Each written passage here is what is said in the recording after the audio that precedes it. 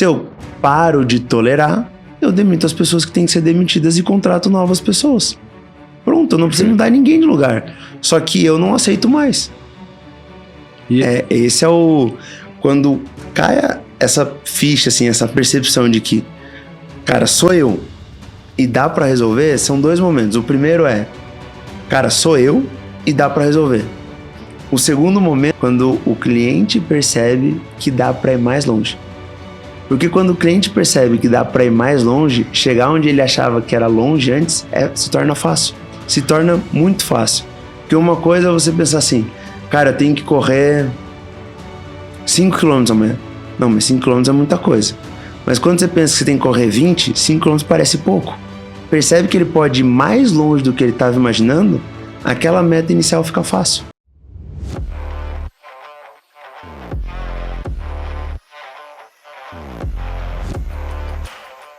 Olá pessoal, estamos em mais um episódio do McFin Cash, onde está o dinheiro?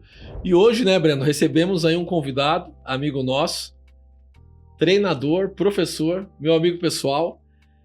Vou falar um pouco mais sobre essa pessoa, mas quem é esse nosso convidado de hoje, Breno Ribas? O nosso convidado hoje é Ronaldo Mendes, esposo da Bruna, pai da Martina, mentor, palestrante internacional e business coach. Seja bem-vindo, Ronaldo. Obrigado, gente. É um prazer gigantesco estar aqui com vocês para a gente poder trocar essas ideias, conversar sobre o mercado coaching, como que um coach atua junto com empresários de pequenas, médias, grandes empresas, como que é possível ajudar, quando que faz sentido ser um coach, porque às vezes efetivamente faz mais sentido um mentor, um conselheiro, mas tem hora que não é essas opções que mais vão gerar efeito dentro da empresa. Então a gente vai conversar, a gente tem bastante coisa para bater um papo, conceitos, teorias, técnicas, ferramentas, e vai ser, eu acho que não vai ser suficiente um só. Legal, legal. Bom, eu cumprimento uma promessa, a gente já estava trabalhando aqui, Ronaldo, meu amigo, meu coach. Amigo pessoal? Eu tenho um coach, Breno, Ronaldo Mendes. Legal. Então é bacana você trazer aqui um amigo, uma amizade que se formou, e tá com ele aqui, a gente já estava conversando sobre a construção. Isso aqui é fruto de planejamento, né? Então eu lembro em algumas sessões até de coach, poxa, vou fazer isso, fazer aquilo, desenho, exercícios, e a materialização, né, de metas e objetivos bem definidos. Uma delas era esse podcast. E agora você tá aqui, você falou, faço questão de estar lá, e ele até me cobrou, foi com alguns atrasos aí, né, e percalços, Breno. Não sabia que o McFin Cash era da... Não, isso aqui veio, parte do processo da McFin como um todo, ele nasceu ali dentro dos cursos de treinamento, acho que dentro da Febracis, do Business High Performance, do BHP. Legal. E o Ronaldo como meu coach. Bacana. Desenhando, planejando, e agora ter ele aqui é uma satisfação para mim. Mas vamos lá, Ronaldo. Conta um pouco da tua jornada, da tua trajetória. Quem é Ronaldo Mendes? Da onde, o que é, como pensa, o que come? Da onde saiu Ronaldo Mendes? Um pouco da tua formação, do que você estudou. Conta um pouco da tua jornada. Fechado. Vamos lá. Acho que eu vou quebrar um pouco o paradigma de que o coach é aquela pessoa que não deu certo em lugar nenhum e agora tá querendo ensinar os outros. De uma certa maneira eu não dei certo profissionalmente porque meu primeiro objetivo era ser jogador de futebol e não deu certo, aparentemente não, o futebol não era muito a minha praia, mas tentei ali até uns 17, 18 anos, tive uma ruptura de ligamento e aí já entrei na faculdade. Inicialmente entrei em administração, numa escola de negócios ali, mais para continuar tentando jogar bola e não vingou. No final eu olhava para algumas coisas, para algumas questões e falava que para mim não fazia mais sentido. E aí fui para uma carreira que foi, vamos dizer assim, de uma certa maneira, acho que muitas pessoas vão para uma carreira profissional muito direcionada pela família, pela profissão do pai, pela profissão da mãe, por onde a família consegue ajudar. E como eu sempre fui muito bom na parte de exatas, de física, química, matemática, eu acabei indo para engenharia civil. E aí fiz faculdade de engenharia civil, me formei em engenharia civil, fiz pós-graduação em gestão de projetos, pós-graduação em obras rodoviárias. Eu fui para a parte rodoviária, uma parte que não é tão explorada assim dentro da engenharia civil. Normalmente é mais casa, prédio. Foi desenvolver infraestrutura. E aí eu fui para a parte de infraestrutura. Legal. Fiz estágio ali com projetos de obra, fiz estágio com execução de obras. Terminei a minha faculdade sendo estagiário da ampliação do aeroporto, na verdade, não do aeroporto de São José dos Pinhais, né, de Curitiba, mas da pista para aviões maiores pousarem. Então era interessante porque eu fiz uma parte durante a tarde, então eu acompanhava os projetos, fazia o acompanhamento das obras e tal. E no final, depois de ter finalizado a faculdade, eu fui para a parte de execução. Então eu executava a obra ali da meia-noite... De madrugada. Às 6 da manhã. A gente entrava meia-noite e 6 horas da manhã não podia ter mais uma pedra na pista. E aí a minha carreira começou como engenheiro civil. Fui trabalhar em Brusque como engenheiro auxiliar. Aí de Brusque eu saí e fui para uma obra em São Joaquim, que é a cidade mais fria do Brasil, em Santa Catarina. Não é Curitiba, então? Não, não é. É São Joaquim. E aí fiquei alguns meses lá como gestor de obras, uma obra que faturava ali uma média de 4 a 6 milhões de reais por mês. Certo. Depois de algum tempo ali, deve ter fechado um ano isso, eu fui ser gestor de obras num contrato com o governo do estado do Paraná. Logo eu me tornei gestor de contratos, cuidava de 3, 4 contratos com o governo do estado do Paraná, uma prefeitura do interior do Paraná. Essa brincadeira aí dava mais ou menos uns 1.300 quilômetros de rodovia, que era a responsabilidade minha manter a conservação.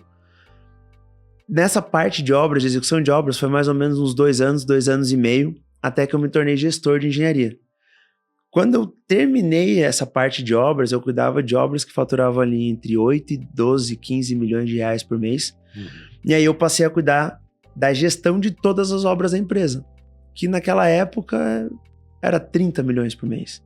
Eu tinha que cuidar de 20 contratos, 5 escritórios de engenharia, uma série de usinas, contrato, produção diária. Tive que fazer naquele momento uma revolução dentro da gestão de engenharia, porque tinha vários percalços. Estabeleci processos, procedimentos, indicadores e fui fazendo esse acompanhamento. Até que mais ou menos uns 2 anos e meio depois eu saí da engenharia. Eu já não estava tão feliz assim na área que eu tinha escolhido, porque como muitas crianças, muitos jovens, eu fui direcionado.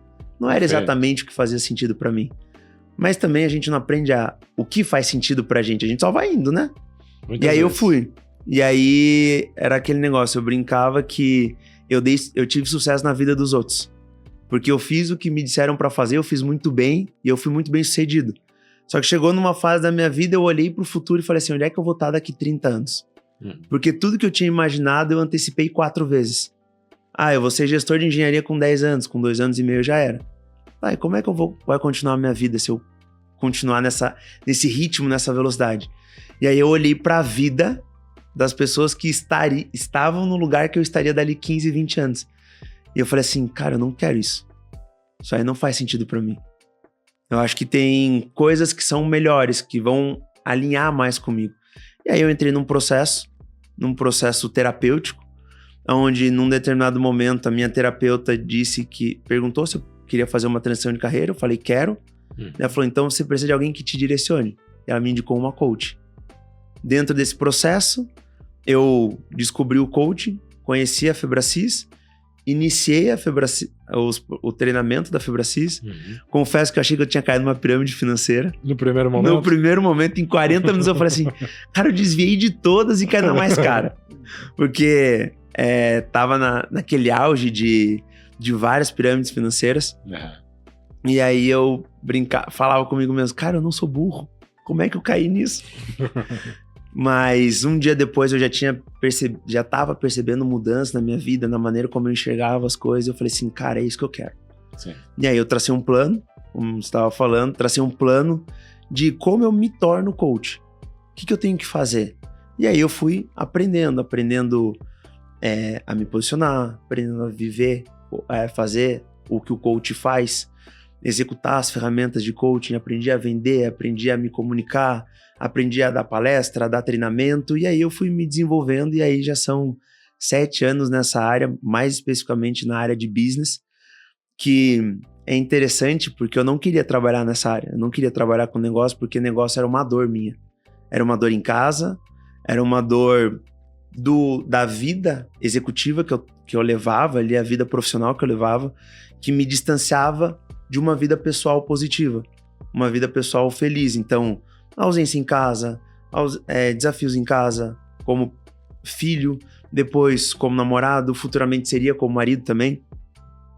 E aí eu não queria ir para essa área. Só que tudo me puxava para cá. Quando eu fui ver, todos os meus clientes eram empresários.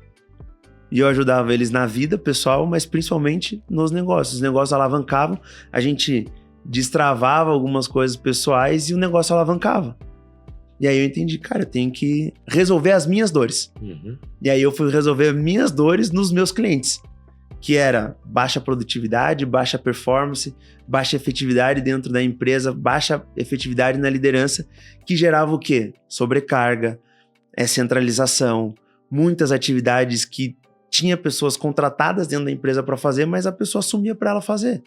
E aí, era o primeiro a entrar na empresa, o último a sair, entrava às 7, ia embora às 10 horas da noite, aí comia, se alimentava mal, tinha uma vida pessoal ruim, dormia, acordava e ia trabalhar.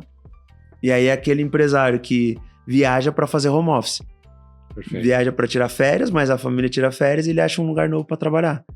E aí eu comecei a resolver essas demandas, que a gente acha que é só fazer uma matriz de Eisenhower ali, alguma coisa de gestão. E você já resolve tudo. Resolve, mas não resolve.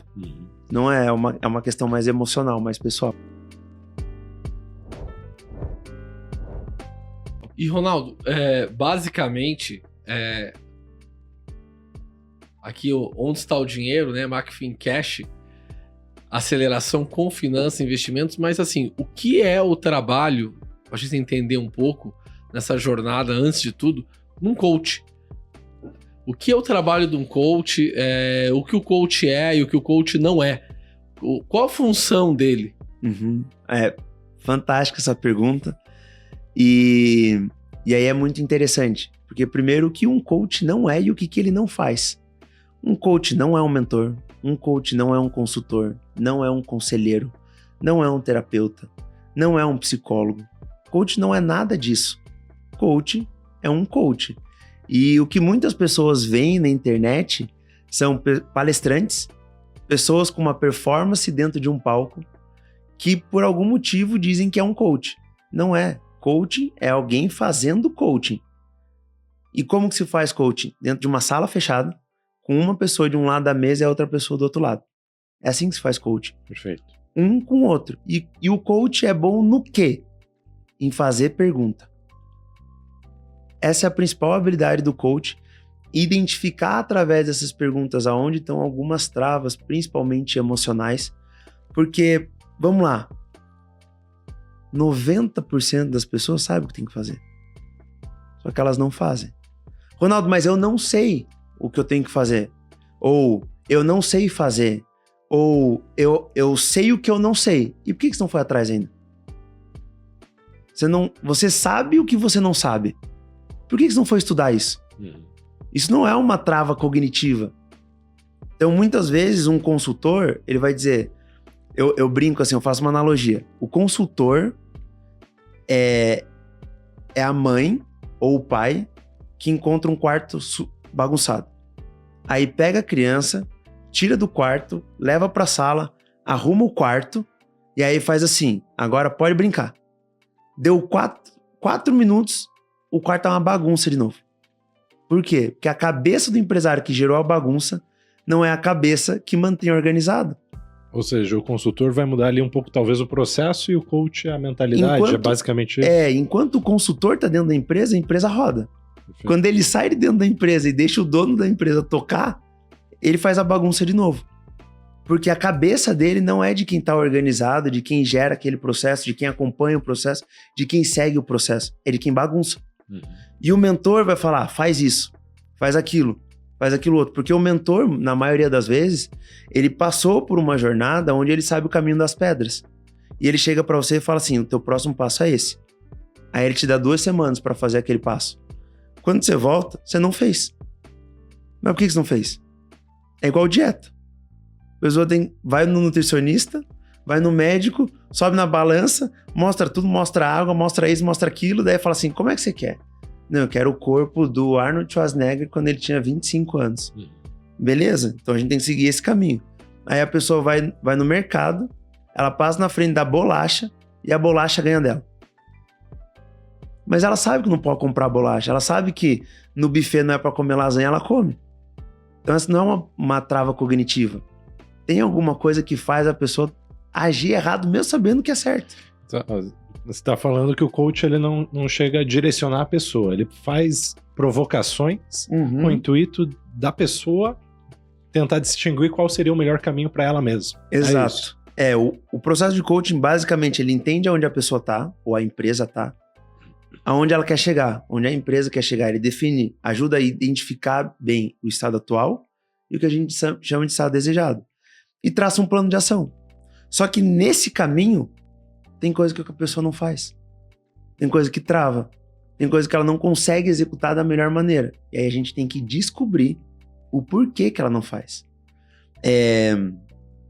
Daniel Goleman, ele traz dentro dos livros dele sobre inteligência emocional que 87% da performance de um líder não é cognitiva, é emocional. São habilidades emocionais. Ou, no caso da baixa performance, debilidade emocional. Então a gente vai ajudar a esse líder, esse empresário, a desenvolver a inteligência emocional dele e performar mais aonde ele não está performando. Esse é o objetivo do coach. O coach trabalha performance. E não chega algum momento que a pessoa sente que é muita pergunta e pouco direcionamento? Ou isso nunca acontece? Acontece. Acontece? Acontece. E o que você faz quando acontece isso? Faço outra pergunta. Mas eu vejo nesse cenário, né, por ter participado de processos e tal, que há um preconceito, né? Tava eu lá no curso, lá fazendo, no meio da pandemia, né? Fiz o método CIS. Legal. No meio da pandemia. Eu também fiz, né? Algumas vezes, né? Algumas vezes. E foi uma oferta, comprei um negócio. Sabe quando você compra um negócio, é um processo para fazer um curso sobre isso, acaba caindo. Você fala, puxa vida, daí foi adiando, até que eu fui pro presencial e eu acabei estudando sobre, né?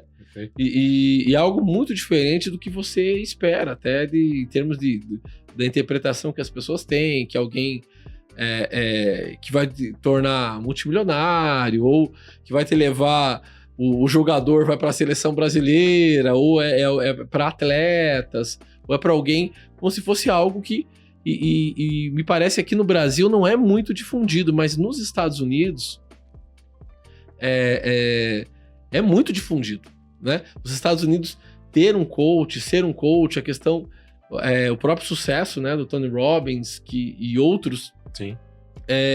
Por que aqui no Brasil existe muito preconceito com relação a coach e a profissão e pessoas que não entendem o que é isso?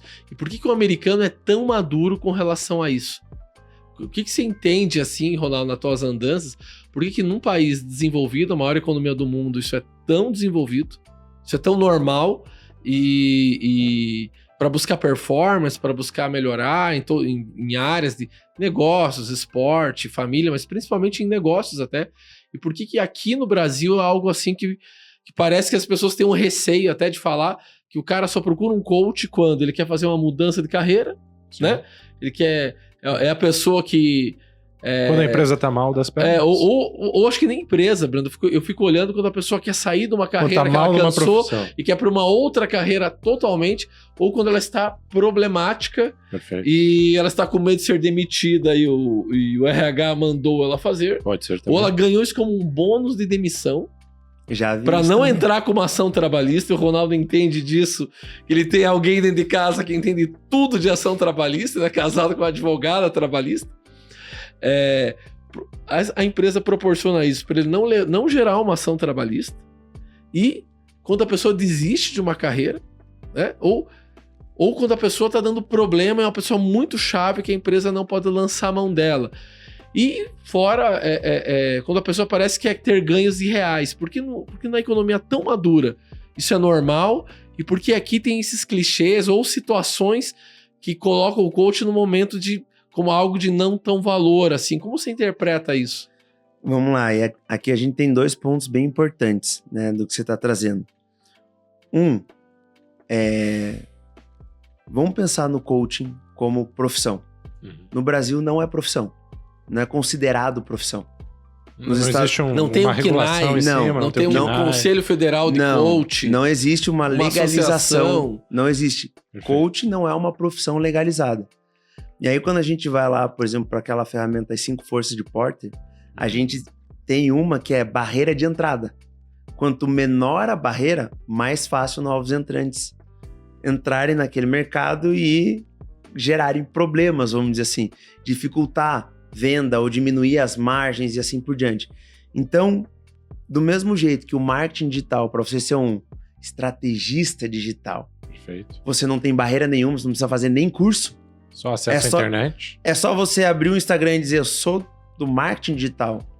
E aí, a gente sabe que a maioria das empresas já tentou contratar uma agência de marketing e se deu mal, porque prometeu mundos e fundos e não entregou nada. Não, só abrindo um parênteses, perdão. A gente teve uma situação, a gente tem ali na máquina, em algum momento aí nas nossas andanças, a gente contratou uma agência até bacana, só que a gente foi questionar até a formação de quem estava nos atendendo, a gente descobriu que o dono da agência não era formado e para ele era normal, né? E algumas pessoas da empresa, como tem muitos mestres, doutores, PhDs, MBA, pós, aqui... Lá na consultoria, a área de formação, né, Brando? É altíssima. A régua é lá em cima, é muito acima da média do mercado. A gente achou assim, algo assim... Gente, não é normal. Não. Ele é o dono de uma agência. Será que ele entende de conceito, de desenho, de forma, de tudo? E a gente ficou meio assustado até. Aí o profissional que nos atendia acabou depois... que nos atendia, que mudou para outro profissional, ele era formado lá numa faculdade mais conceituada, e a gente achou, nossa, como ele é bom, como ele é genial, como ele é talentoso, mas o dono da agência, como não era, a gente achou meio estranho, sabe?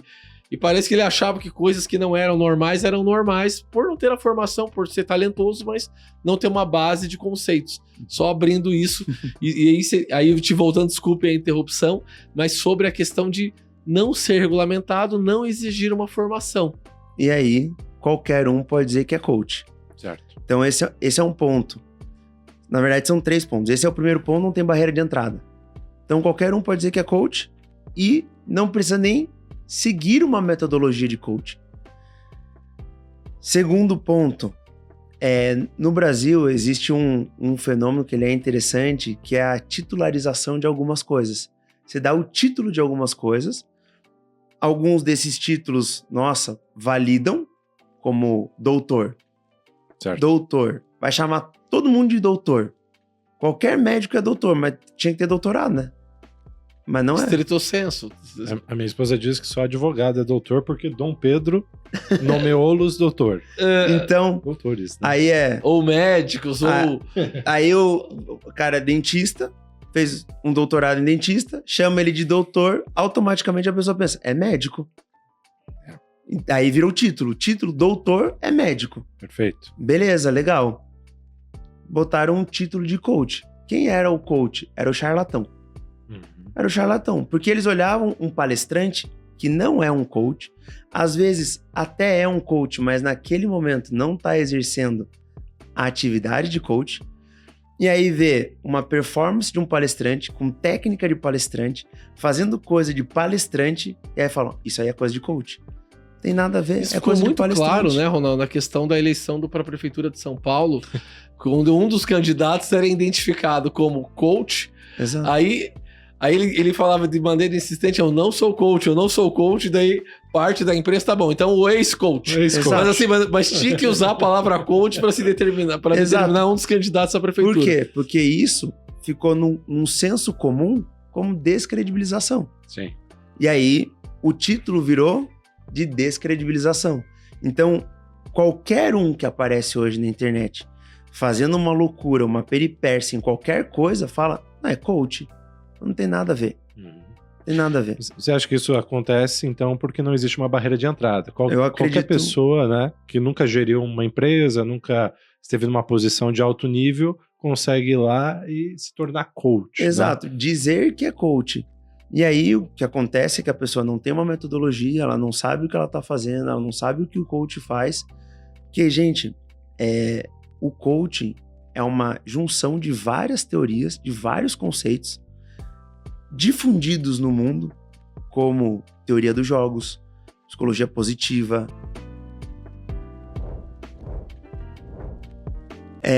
Psicologia positiva é um estudo onde como que a felicidade impacta dentro de organizações. Certo.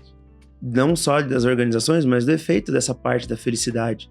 Então, tem vários estudiosos, como Sean Nacor, que trazem essa parte, Shirzad Charmini, tem algumas pessoas que trazem esse estudo de psicologia positiva. Perfeito. Tem também administração, conceitos de administração.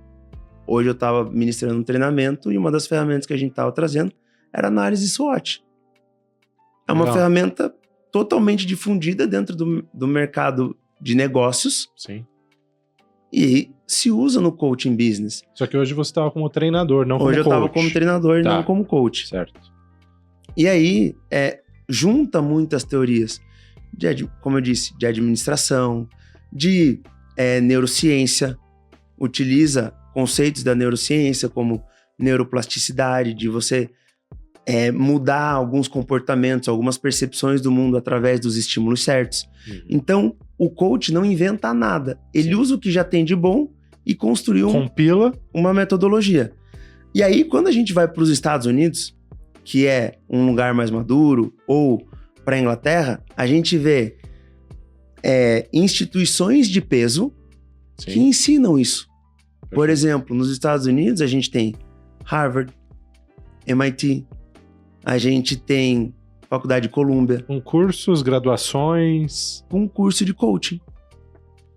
Como se fosse uma graduação. É uma graduação de coaching. Harvard ensina coaching. Columbia ensina coaching.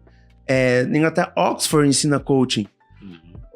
Voltamos aos Estados Unidos, MIT ensina coaching. A Universidade de San Diego ensina coaching. O Daniel Goleman, que é um dos principais psicólogos hoje, formado em Harvard, tem um curso de coaching. Bacana. Aí as principais mentes do mundo, as principais instituições de ensino do mundo ensinam, aí a gente vai pensar assim, mas no Brasil não funciona. Funciona, só que você tem que ter as pessoas certas, pessoas que se prepararam para aquilo.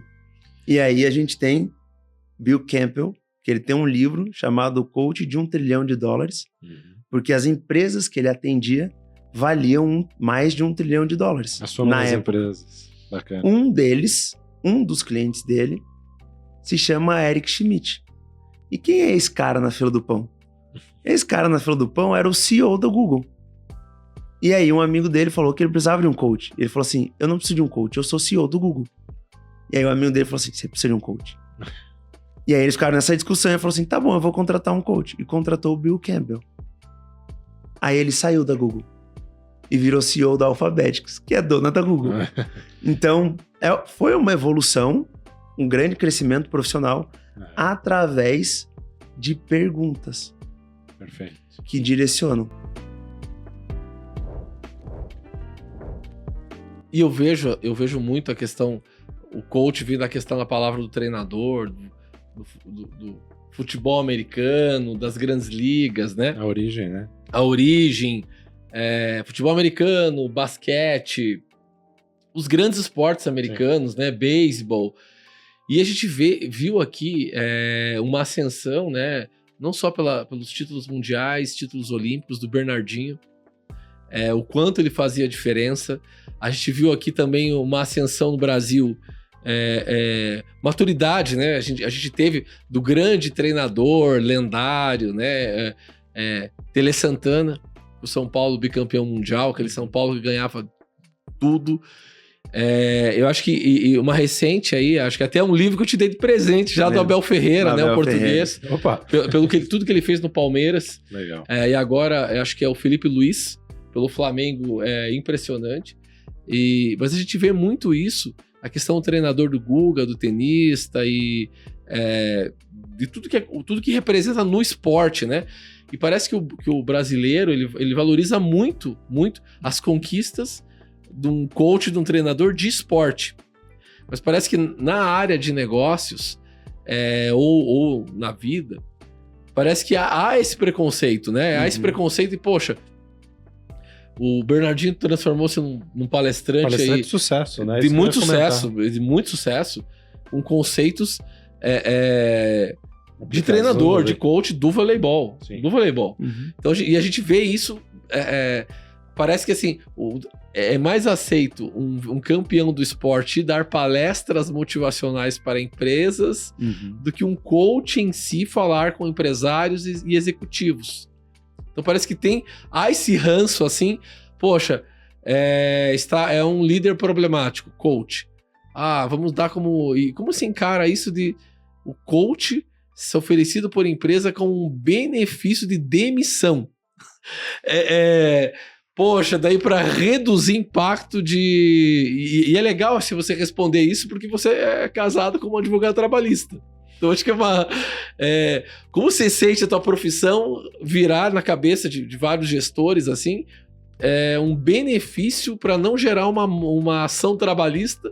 Se você não quiser responder, porque vai gerar menos ação trabalhista para tua esposa. Senão você vai ter que dormir fora de casa hoje, bom, né? Tá tudo Mas assim, bem. como é isso de... Poxa, algo tão importante, tão valorizado nos Estados Unidos, tão valorizado, né, de ter o coach que está pressionando, formando os campeões olímpicos. A gente tem a questão, toda uma história, né, do Mike Tyson com o coach dele, que separou ele desde os 17, 18 anos, 16 anos, né? Você vê... E acho que até o do Michael Jordan, dos treinadores, de toda essa história bonita e nos negócios, né? Como você vê uma profissão tão importante virando uma proteção eu vou chamar aqui também, tem um amigo, a gente tem um amigo em comum. Tá bom. Ele vai chamar aqui desta Legal, área legal, também, legal. né? E como você vê isso como um benefício, uma proteção a um processo trabalhista, algo tão nobre, parece que virou uma trava, uma proteção. Porque se eu der um coach para ele vai fazer alguma coisa, vai ficar alegrinho e não vai entrar com um processo trabalhista contra mim. Quando na verdade, talvez você entende que isso deveria ter virado antes para não ter gerado a demissão ou de um líder problemático. Como você vê isso na grande empresa? Por que tomou essa conotação assim? Aí eu vou dizer o que eu acredito, né? Não tem um estudo para garantir, mas eu acredito que assim, no Brasil, olhando para o Brasil, quando a gente vai olhar para um atleta, é muito comum, quando eu jogava bola, a gente brincava que tinha jogadores que no treino era um leão, mas no jogo era um gatinho. Leão de treino, né? Leão de treino. Exato. Treinava bem, engolia a bola, nossa, fazia gol ou roubava a bola e defendia tudo, mas chegava na hora do jogo, se encolhia, travava, não dava um passo direito, ficava com medo. Então, a percepção de como a cabeça impacta nos resultados de um atleta, ela é muito visível, ela é muito clara, ela é muito perceptível. Então, é mais comum olhar para um cara que é um atleta fala assim, cara, ele não tá bem na cabeça. Só que quando você vai para um gestor, as pessoas acham que o problema é técnico. Quando você vai para um empresário, o problema não é a cabeça dele. Porque olha assim, cara, não, ele tá sentado, tá no ar-condicionado, tá tudo certo. Não é um problema na cabeça dele, é porque ele é ruim. Vai pra faculdade, vai fazer uma pós, vai fazer um outro curso. Quando na verdade o problema é emocional. Muitas vezes, na maioria das vezes, o problema não é técnico. O problema é emocional. Quando a gente vai falar de gestão é uma questão totalmente técnica. Você vai olhar número, você vai tomar decisões, você vai ver indicadores, KPIs, metas, objetivos, plano de ação, estrutura, organograma, atividades. Beleza, esse cara faz isso, aquele cara faz isso, vamos mudar isso aqui. É uma questão técnica. Só que você tem que estar com a cabeça bem. Eu quero fazer uma provocação aqui. Briga com a tua esposa ou briga com o teu marido e vai tentar trabalhar depois. Vai tentar ler um contrato para ver se você vai ler o contrato do jeito certo. Não vai. A cabeça tá voando. A cabeça tá em outro lugar. Então, mas pode ser o melhor do mundo. Vamos pegar um exemplo mais extremo. Você foi no médico com um ente querido e acabou de ver que essa pessoa tá com uma doença muito, muito perigosa. Como é que fica a tua cabeça? Mas vai falar que você vai trabalhar super bem naquele dia. Serão as melhores reuniões do dia, do ano, da vida. Não. A cabeça influencia, a mente influencia. E liderar é 100% inteligência emocional. Você vai lidar com outras pessoas, vai lidar com conflito de outras pessoas, com desafio de outras pessoas. A pessoa vai te responder de um jeito que você não tá afim que ela te respondesse. Ela vai dizer o que você não estava esperando. Isso é emocional. Só que no Brasil, fala, não é técnico. É porque você tem que fazer um curso de oratória. Não é. Então, eu acredito que é um desafio mais de percepção mesmo. E aí a gente volta para a história do preconceito. Pô, mas coach vai me ensinar o quê? A fala é assim, ó. Olha só que interessante, eu tava fazendo essa reflexão esses dias. Como é que um coach que não é empresário, ou não seja empresário, mas não é um executivo da minha área, não é um engenheiro, vai me ajudar? Vamos pensar numa coisa? Essa é uma pergunta que eu ia te fazer. Vamos pensar numa coisa. De engenheiro para engenheiro? De engenheiro para engenheiro. De engenheiro para engenheiro, você vai fazer essa pergunta? Vamos pensar numa coisa. Tá bom. Vamos dizer que um empresário, ele quer melhorar a performance dele. Aí ele vai num médico de longevidade, o médico faz uma análise, bioimpedância, pede exames, vê como é que tá, cortisol, testosterona, HDL, um monte de coisa. Passa uma série de remédios, faz um tratamento aqui, um tratamento ali. Aquele empresário, aquela empresária começa a ter mais vitalidade, mais energia, mais disposição, mais clareza mental. E a empresa que faturava 20 milhões no ano, começa a faturar 40. Aí o cara vai falar assim, cara, depois que eu fui naquele médico, a minha vida mudou e a minha empresa cresceu. Mas o que o médico entende de negócio? Ele fez alguma coisa no negócio? Não, ele fez na saúde. O médico ajudou a empresa através da medicina. O coach vai ajudar a empresa através de pergunta pro líder. Perfeito. Coach tem que ser bom em coach, ele não tem que ser bom na atividade profissional que o cara tá fazendo, porque senão ele era mentor do cara.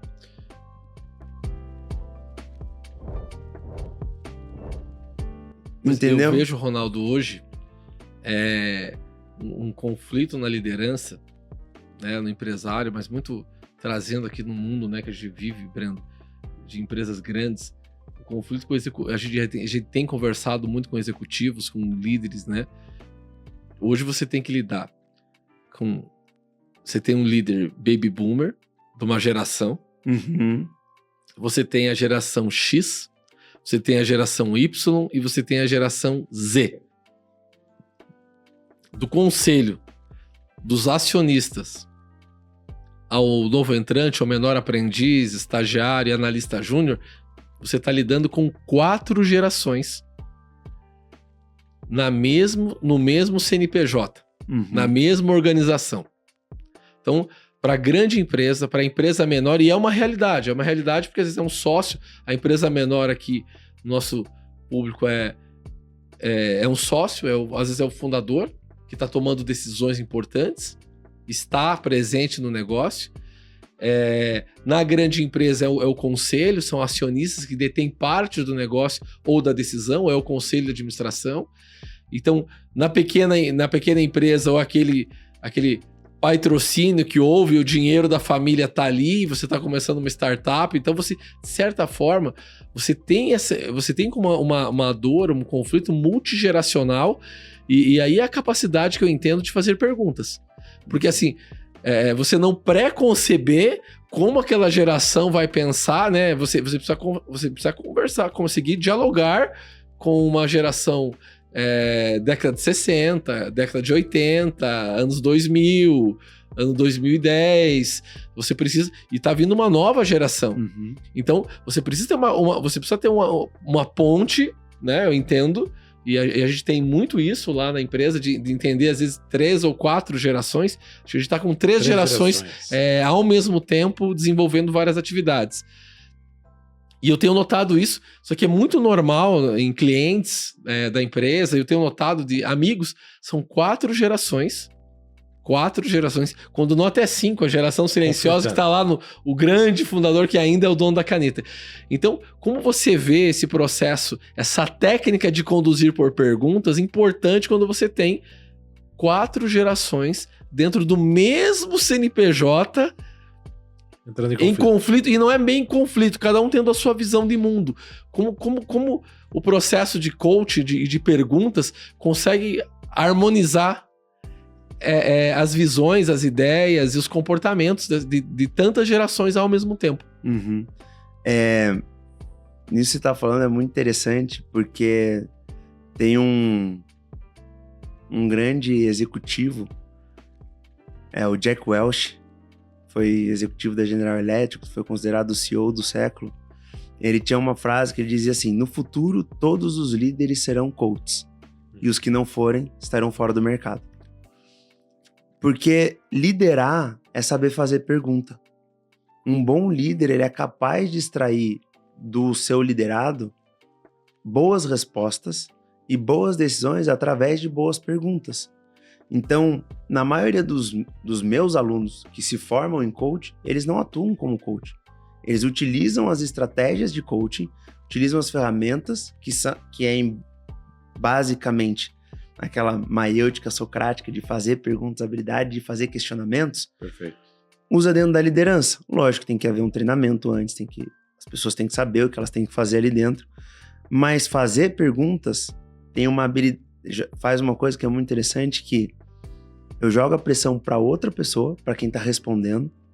Eu me eximo da responsabilidade de dizer o que você tem que fazer e de dar certo, mesmo sabendo o que tem que ser feito. Eu faço você pensar. Quem está respondendo, quem está ouvindo as perguntas, tem que pensar para responder. Começa a ser responsável pela resposta e tem que fazer aquilo dar certo. E aí eu também elimino os pressupostos. Eu elimino as verdades que estão conduzindo o meu panorama. Perfeito. Por exemplo, vocês sabem, e quem tá ouvindo a gente sabe, que eu sou esposo da Bruna e pai da Martina. E semana passada, a gente tava vendo um lugar para viajar, para passar umas férias, pra gente descansar, pra relaxar. E nesse momento, vocês e todas as pessoas que estão ouvindo a gente pensaram num lugar para viajar. E cada um pensou num lugar diferente. Na verdade, eu pensei que eu não tive muito tempo de viajar. Muito trabalho. Mas muito trabalho. As pessoas pensam assim: vai para um resort, vai para Europa, vai para os Estados Unidos, vai para um lugar vai pra praia. Eu pensei no mar azul, com a onda entrando numa areia branquinha. Eu acho que eu tava assim, com a mentalidade da vítima assim, aqui. eu imaginei uma onda entrando na praia um pouco mais tranquila. Olha só, o André pensou em praia. Outras pessoas pensaram numa viagem mais longa, talvez para outro país. Na neve. Alguns amigos meus, eu sei que eles iam pensar num cruzeiro da Disney porque foi o que eles fizeram. Legal. Mas o que isso traz? Uma coisa muito importante que os líderes esquecem. Que toda vez que uma informação está incompleta, eu vou preencher com o que eu acredito. E se eu acredito em algo diferente do meu líder ou do meu liderado, a informação fica truncada. Então, se eu tô com gerações diferentes, eu tenho uma experiência de vida. É impossível eu eliminar a minha experiência de vida. É impossível eu, na minha vida, eliminar os cálculos matemáticos. A estratégia de um engenheiro de pensar, a forma matemática de um engenheiro pensar. E quando alguém fala assim, eu tô com dificuldade, na minha cabeça já vem alguma coisa. Na cabeça do Breno outra, na cabeça do André outra. Sim. Eu falo assim, cara, preciso resolver um problemaço na empresa. Alguns vão pensar que é problema financeiro, outros vão pensar que é problema de vendas. E se eu não responder, se eu não preencher todas as lacunas, eu vou ficar com informação truncada e conflitos vão acontecer. Certo. Quando eu faço questionamento, eu permito entender e me colocar do outro lado. E eu ouço melhor a outra pessoa. Porque quinta geração, lá de trás, ele tem uma experiência que o cara da geração Z não tem.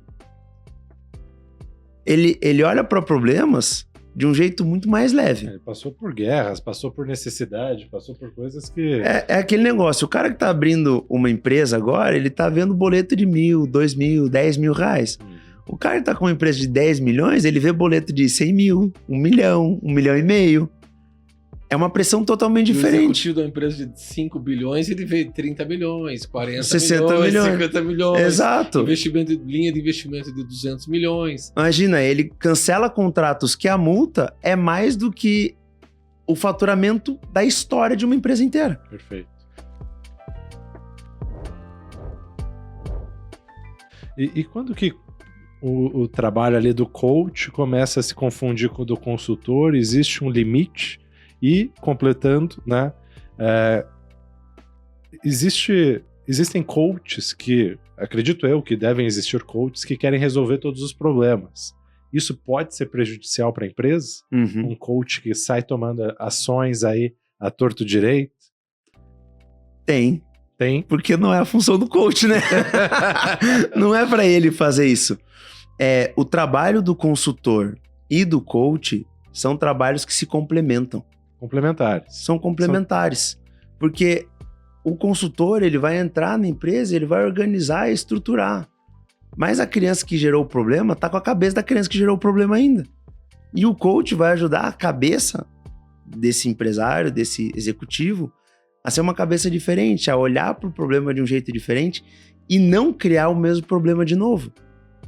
Como eu falei, se o consultor entrar, resolver e ir embora, o problema volta. Isso eu já vi em muitas empresas. Mas dezenas de empresas que contrataram um consultor, resolveu, e o pior, né? Quando o consultor saiu, o problema voltou e ainda culpou o consultor. Não, era incompetente, porque tá com problema de novo. E o contrário, você já viu? O coach entrou na empresa, causou um problema e caiu fora ou... Já. Também? Já. Também. Normalmente porque E quando que isso acontece? Quando o empresário contrata o coach mais barato. Perfeito. O coach mais barato, ele tende a não seguir um processo, ele tende a fazer o quê? Às vezes ele não tem experiência para ajudar a empresa. Certo. É a mesma coisa, você não vai contratar um executivo de 10 mil reais por mês para conduzir uma empresa que fatura 60 bilhões no ano. Não faz nem sentido. Por quê? Porque não tem experiência. Você não vai... Por mais inteligente que o rapaz da geração Z seja, ele não tem experiência e feridas de batalha para suportar a pressão de uma reunião com 5 caras de cabeça branca. Ele vai sair da reunião chorando. Por mais inteligente que seja, que o QI dele seja 160, não vai aguentar. É muita pressão, porque ele precisa ser calejado. Então, contratar um coach pelo preço, cara, é o maior erro que tem. A gente teve aqui, nos episódios anteriores, iniciando a nossa jornada aqui no McFin Cash, onde está o dinheiro, figuras profissionais de altíssimo nível, nacional e internacional, que estão numa jornada de executivo até aí de conselheiro, né? Acho que foi bem bacana isso, Brendo. Foi bem legal. A gente teve aí uma sequência de 3 profissionais de altíssimo nível, nacional e internacional, que sentam a cadeira como conselheiro, né? E o anterior também, que faz aconselha muito pela sua atividade de investimentos. E uma das perguntas recorrentes era o quanto é esse limite, né? Que a sensação, até o conselheiro ele recebe um book, ele se prepara, é esperado que ele emita uma opinião. Sim, né? Independente, exato, ou ele complementar, isso, né? Com outros conselheiros, né? É esperado que ele imita a opinião. Sim. E o coach é esperado que ele traga a pergunta que traz, pelo que você está colocando aqui, Ronaldo, a consciência. Ele é o despertador de consciência para que a pessoa, a partir daquilo, até entenda que ele precisa de um conselheiro, ou que ele precisa de uma consultoria ou manter a consultoria que ele por si só não consegue, ou como executivo, ou como empresário, como sócio, não consegue conduzir tudo sozinho. Eu vejo muito, mas entrando aqui na parte do coach de negócios, que a gente está muito acostumado no coach que vai mudar a vida. Eu tô até sendo redundante com um prêmio de consolação à saída, mudar de carreira. Mas, tem que falar disso ainda. Isso aí é uma pergunta que eu queria que você, antes da gente ir pro Business Coach, falar essa questão, por que você imagina que as empresas, por que um prêmio de consolação? Por que algo que é importante, que é tão importante na maior economia do mundo, que é a economia americana, e espalhado por todo mundo, porque aqui no Brasil, às vezes, é visto como um prêmio de consolação para o demitido que pode querer mudar de carreira e não vai ser maldoso comigo e não vai colocar uma ação trabalhista na minha empresa. E não só sendo coach da Febracis, e engenheiro que passou por obras e com pós-graduações e visão, e casado com uma advogada trabalhista ainda.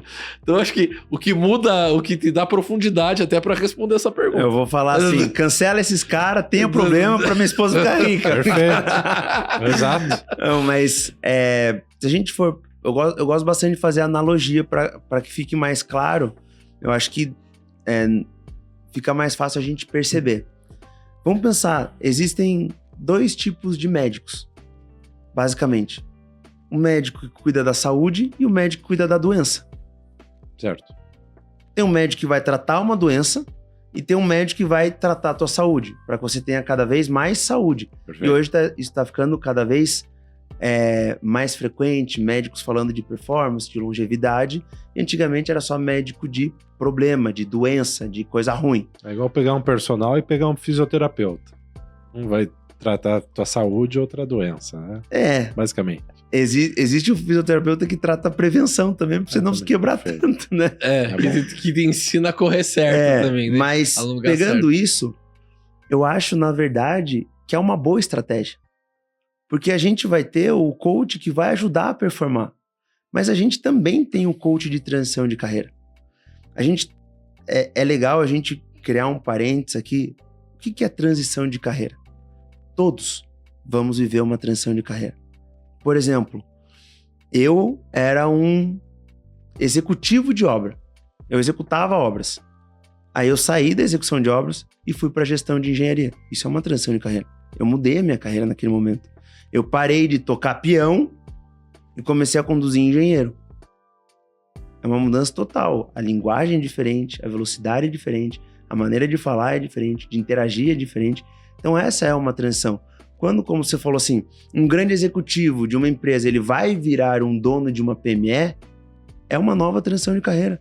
Porque quando ele sai da cadeira de executivo, de que se der um problema na empresa, o CNPJ não está no nome dele, quando ele vai para dono de empresa, o CNPJ é dele. O problema é dele. Por mais que como executivo muitas vezes ele responda como responsável da empresa, a empresa não é dele. Mas quando ele vai para o outro lado, eu já vi pessoas que tinham empresas que faturavam centenas de milhões no ano, que eram, vamos dizer assim, um leão, e faziam investimentos multimilionários, dezenas de milhões de reais, grandes compras. Quando foi sentar na cadeira de dono de empresa, não conseguia contratar uma sala de R$ 2.500 por mês. Por quê? Porque agora não era o dinheiro da empresa, era o dinheiro dele. Tá, mas qual que é a diferença? Na cabeça dele toda. Toda a diferença, porque ele começou a sentar num lugar diferente. Então, a gente vai ter o coach que vai ajudar essa galera a fazer essa transição, performar mais, liderar melhor. Mas a gente também vai ter o coach que vai ajudar as pessoas, vamos dizer assim, que não tem condição de ter um investimento de performance, mas que vão fazer um trabalho de resguardo. Inclusive, eu acredito que para muitas empresas isso seja só uma contenção de gastos. Eu vou dar isso aqui só para a pessoa não me processar. Beleza. Mas eu também acredito que muitas empresas olham e falam assim, cara, você não deu certo na minha empresa e tá tudo bem, faz parte, você não é obrigado a dar certo na minha empresa, mas eu vou te ajudar a entrar numa outra empresa. e te dá um processo de coaching para você se realocar profissionalmente. Então eu não vejo isso como um problema. Eu vejo isso como uma das áreas em que o coach vai atuar. Seria um plus, né? É uma área diferente, como um fisioterapeuta vai trabalhar... Tem fisioterapeuta que trabalha com reabilitação. Péssimo exemplo, meu. Péssimo exemplo. Não, mas tem fisioterapeuta que trabalha com reabilitação de cirurgia. Tem fisioterapeuta mesmo que trabalha com prevenção de pessoas idosas. Sim. Tem fisioterapeuta que trabalha com prevenção de atleta. São várias áreas. Na medicina também, na advocacia também, na consultoria também. E essa é uma área do coaching. E o coach é um serviço que você presta para o seu cliente, né? Sim. Assim como todo serviço que uma pessoa, uma empresa contrata, ela espera um retorno, né? Tem alguma forma fácil de metrificar esse retorno? Eu posso traçar metas e objetivos financeiros? Qual que é o ROI, né? O retorno sobre o investimento de contratar o Ronaldo como coach ou qualquer outro coach para me ajudar? Quando a gente vai falar de business coach, são resultados dentro da empresa. É o retorno do investimento dentro da empresa. Faturamento, lucro, aumento da produtividade. E quanto dá de retorno contratar um coach? Vai depender da tua empresa, né? Que é a média? Eu não consigo metrificar em média financeira. 10 vezes o retorno? 5 vezes o retorno? É que assim, o coach é um trabalho... contínuo. Não é nesse sentido. É que ele é um trabalho que vai depender dos dois lados. Certo. É igual um médico. Qual que é a média de peso que os clientes perdem? Vai depender. Pega uma pessoa com 150 quilos, ela vai perder muito mais do que uma que tinha 80. Depende do teu estado atual, como você falou. Depende do estado atual, do estado desejado, e depende também da contrapartida do cliente.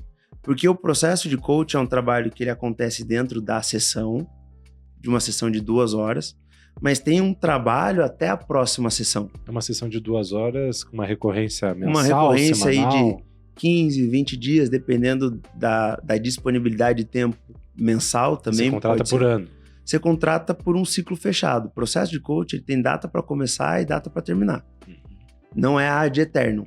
Diferente de uma terapia que você entra e não sabe quando vai terminar, porque é um processo terapêutico diferente. Sim. O processo de coach ele começa e termina. Quando a gente está falando de um business coach, ele está falando de uma performance. E a performance de um líder ela é metrificada dentro da área que o líder atua. Se é o dono da empresa inteira. Então eu tenho empresas que triplicaram o faturamento em um ano. 3 vezes o retorno. 3 vezes o faturamento da empresa. Uma empresa que faturava algumas dezenas de milhões de reais.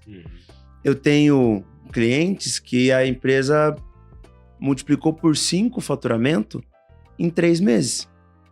Então, varia do tamanho da empresa. Uma coisa é multiplicar o faturamento de uma empresa de 10 milhões, outra coisa... Por isso que a MAC cresceu tanto, então, André. É isso? Bom, vamos lá. Não, Ronaldo, eu vou falar um pouco aqui o que eu achava, né? O que eu pensava de tudo, como que do meu lado de expectativa era assim, né? Você ser questionado com perguntas, ser pressionado, apertado com perguntas. Certo. E aquela semana, você aumentar o teu nível de consciência e ter que tomar decisões importantes e até desconfortáveis. Né? A relação à zona de conforto, aquilo, a decisões que você até tinha, você sabia que tinha que tomar, acho que foi muito bacana você falar isso, mas não vinha um pouco aquela coragem, ou aquele, eu percebi assim, o senso de urgência. Ela tá lá, você sabe o que tem que fazer, mas você é espetado, provocado e estimulado ao senso de urgência daquela decisão. E às vezes você vai deixando tanto uma decisão, eu vejo assim, Ronaldo, Brendo, você vai deixando uma decisão importante tão ali, você vai passando no fim da fila, no fim da fila, lá no fundo da pilha. Eu acho que o Brendo, ele tá lembrando de decisões que foram tomadas dentro do processo. Mas não, eu acho que a gente entendeu assim muito que a gente viveu no negócio, muito em decorrência de sessões de coach. Acho que decisões, né? Até algumas pessoas questionam, poxa, o que aconteceu com vocês? Isso. que o negócio cresceu, expandiu, teve resultados melhores. Eu acho que assim, é o nível de decisões que a gente sabia que tinha que tomar, como tinha que tomar, mas não era importante. Sabe? Era, deixa pra depois, E a gente, como bom brasileiro, a gente acaba deixando tudo pra última hora e empurrando um pouco ali com a barriga. Então, quando você é questionado no processo, e pagou, né? Que não é barato coach não, meu amigo. Não é uma coisa barata. Né? E aí, você vê que a gente tem uns gatilhos psicológicos, né? Meio que psicologia financeira esse negócio. Como você... coisa de brasileiro. Primeiro, você adia decisões importantes e urgentes que deixam de ser. Segundo, mas já que você estava ali, pagou para aquilo, para a pessoa te fazer pergunta, e você quer fazer valer o dinheiro... Agora eu vou fazer. Da pergunta... não, se eu paguei pra isso e agora eu tenho a real percepção que aquilo ali tá ardendo na pele, tá flor da pele, que você precisa tomar decisões importantes. E você pagou pra aquilo, pra aquelas perguntas. Foi então, direcionar no processo, com técnicas, com tudo. Falei, poxa, não tem como eu adiar mais, não tem como eu não fazer mais. Que cara que eu vou chegar pro Ronaldo na próxima? Daí eu falei, poxa, muitas vezes já era isso mesmo. Cara, não era só isso, era uma coisa muito bacana, assim, maluca. E até tive uma expectativa com alguns sócios do negócio, poxa, vai ter uma sessão de coach lá do líder. Cara, coisas vão acontecer essa semana. Decisões serão tomadas. E eram. E as decisões importantes, projetos engavetados, decisões.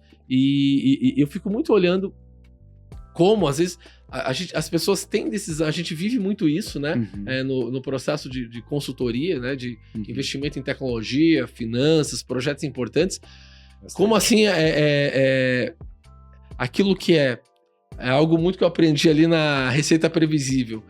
A diferença entre bom de se ter e essencial. E aí a gente coloca, poxa, mas... esse projeto, essa ideia, essa decisão, era bom eu ter aqui tomado essa decisão. E aí você cai no processo de coach, meu amigo. Aí você descobre que não era bom ter tomado, não era bom de se ter. Aquele projeto não era bom de se ter. Aquela decisão não era boa de ter tomado. Era essencial e vital pro teu negócio. E às vezes até pra tua saúde física, mental... delegação, contratação de pessoas, treinamento de novas pessoas, expansão, investimento em tecnologia. A gente trata aqui muito na Macfin, né, Brando, de captação de recursos, investimento em tecnologia. Então, às vezes a empresa entra aqui, Ronaldo, numa obsolescência de tecnologia, a empresa fica... de investimento em pesquisa. Não investe nem a depreciação, não toma investimento em tecnologia... É muito atrasado com relação a entrar em desenvolver novos canais de venda. E todo mundo sabe. Eu lembro que você deveria tomar aquela decisão. Você fala, mas é bom eu ter isso, amigo. Aí você tá no processo de coach, não é bom. É essencial para você. Eu lembro que quando começou isso comigo, uma coisa bacana, acho que era um vídeo do Paulo Vieira. Paulo Vieira, né? Tá aqui também. Já me deu carona. Eu lembro dessa. Lá no Criação de Riqueza. Era do Paulo Vieira. Era um vídeo rápido que passava no link patrocinado no Facebook. Tem isso. E era referente a investimento em tecnologias, ao investimento do negócio entrar no marketing digital. E quanto eu era relutante disso. Né, de estar no digital, ter novos canais de venda, funil de venda. Quanto eu era meio assim, poxa, mas a gente é meio tradicional, uma consultoria muito especializada, com empresas grandes não faz muito sentido, mas... E aí, ali eu comecei a ter a provocação, né? Com perguntas, você tem isso, tem aquilo, e era uma chamada rápida, do Facebook, num link patrocinado, em tráfego pago, e ali foi... E eu lembro que quanto mais eu vi esse anúncio, acho como é que é a tecnologia ali de devolver o anúncio para você? O remarketing. Remarketing. Aí os algoritmos do Meta pelo Facebook mais me devolviam. E eram sempre 3 ou 4 segundos o Paulo Vieira ali naquele tráfego remarketing lá da Febracis fazendo a mesma pergunta. Aí vinha, parece que ficava Você sabe o que vai voltar hoje pro teu celular, né? Paulo Vieira. Aí, não vou acessar as redes sociais. Tá te ouvindo aí, Senão vou... a Meta vai mandar todas as perguntas aí. E aí, Ronaldo, era interessante porque quanto mais eu via essa pergunta, eu ficava pensando, eu via... No dia seguinte, o anúncio tava ali do treinamento, mandava mais perguntas. A mesma pergunta, e a pergunta, e a pergunta, e a pergunta, e a pergunta. Aí a gente até começou, né, Breno? Foi muito isso. Foi. Falei, cara, a gente tem que começar a trabalhar marketing digital, novos canais digital, novos canais de aquisição. E aí tem um amigo, que acho que vai estar aqui, né, Ivan, fala, bom, André, agora você eu falando com você, eu trabalhando lá, 1 ano conversando com você e nada de você me ouvir. O que fez você me ouvir, né? Você até conheceu o Ivan. E... Falar, gente, e foi a questão de pergunta. E era um remarketing, que é um algoritmo do Meta para anúncio de tráfego pago. Aí eu vim conhecer a Febracis, tal, método CIS. Mas como é interessante o processo de pergunta que traz a consciência. Então, e é uma técnica, como você falou, é uma técnica Sócrates, né? O método socrático de vou fazer perguntas. Não é algo novo, né? É algo de antes de Cristo. Exato.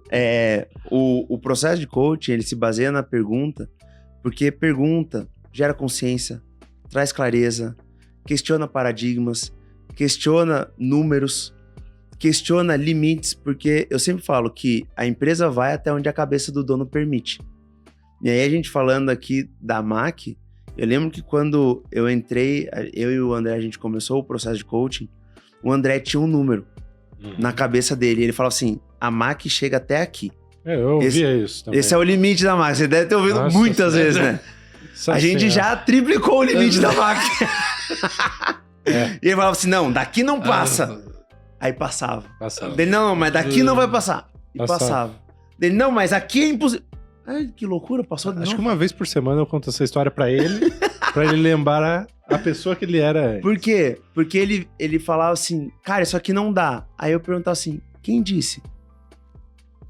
Aí ele... Não, é que não dá, olha, meus clientes e tal. Eu falei assim, tá, e se você cobrar mais? Aí começava a pensar, não dá. E aí, depois na semana seguinte, deu. E aí, por quê? Porque confronta, e assim, a pergunta que eu fazia, ela era legítima porque eu não sabia se dava ou não. Sim. Eu não tava fazendo um questionamento que eu sabia a resposta. Eu perguntava assim, e dá pra aumentar o valor que você cobra? Dá pra vender pra mais pessoas? Você tem que fazer investimento em brand, você tem que investir em tecnologia, tem que se capacitar, e daí você consegue, né? Não, é muito difícil. Ok, é difícil ou é impossível? Difícil. Não é difícil, tá? Entendendo que não é impossível, o que dá pra fazer dentro do difícil? Opa, a gente vai mudando alguns questionamentos. Hoje eu tava no treinamento e em alguns momentos eu vou pra essa parte de questionamento, né? Entro como se fosse uma sessão de coaching ali. E uma das alunas falou assim, não, eu vou fazer... Eu passei para meus clientes, para meus colaboradores, olha só. Eu passei para meus colaboradores para eles fazerem isso e só um me mandou. Ela mandou na segunda, hoje é a quarta. E ela falou assim, e só um me deu feedback. São 4 e só um dos líderes me deu feedback. Eu falei assim, ok, qual é a sua decisão entendendo isso dela? Segunda-feira eu vou fazer uma reunião para ver se eles fizeram ou não. Ok, eu perguntei para ela, e a tua empresa aceita esperar até segunda-feira? Tá tudo bem dela? Não. Falei, você vai esperar segunda-feira para descobrir que ninguém fez? Tudo bem para você dela? Não, era para ter feito. Falei, ok, mas por que você deixou para pedir para segunda-feira? Você confia nos teus colaboradores? Ela, confio, mas você deu uma semana para fazer um negócio que você disse que é simples. Isso é confiar na capacidade deles? Ela, não. Ok, então se você não confiou, você acredita que eles têm capacidade? Acredito. Quando é que você vai perguntar para eles? É justo esperar até segunda-feira dela? Não, amanhã. Amanhã eu mando mensagem para eles. Ok. Amanhã, o que muda? Você vai fazer uma reunião ou é só uma mensagem? Não, é só uma mensagem. Eu falei, essa mensagem é possível ser enviada antes dela? Mas se deixar, eu envio agora. Eu deixo. Aí ela enviou na hora a mensagem. Deu 5 minutos, 10 minutos depois, ela tinha recebido mensagem de todos os líderes. Do que eles tinham feito, do que eles não tinham feito, de como eles tinham feito, ou por que não tinham feito. Estavam dando todos os feedbacks que ela ia esperar na segunda-feira. E ela ia ficar na cabeça dela, que como ela só perguntou na segunda, eles fizeram na sexta. Mas eles fizeram ontem e hoje. Então, essa desconfiança da liderança estava sendo conduzida por uma pergunta simples na segunda-feira. Não precisava, dava para ser antes, dava para adiantar.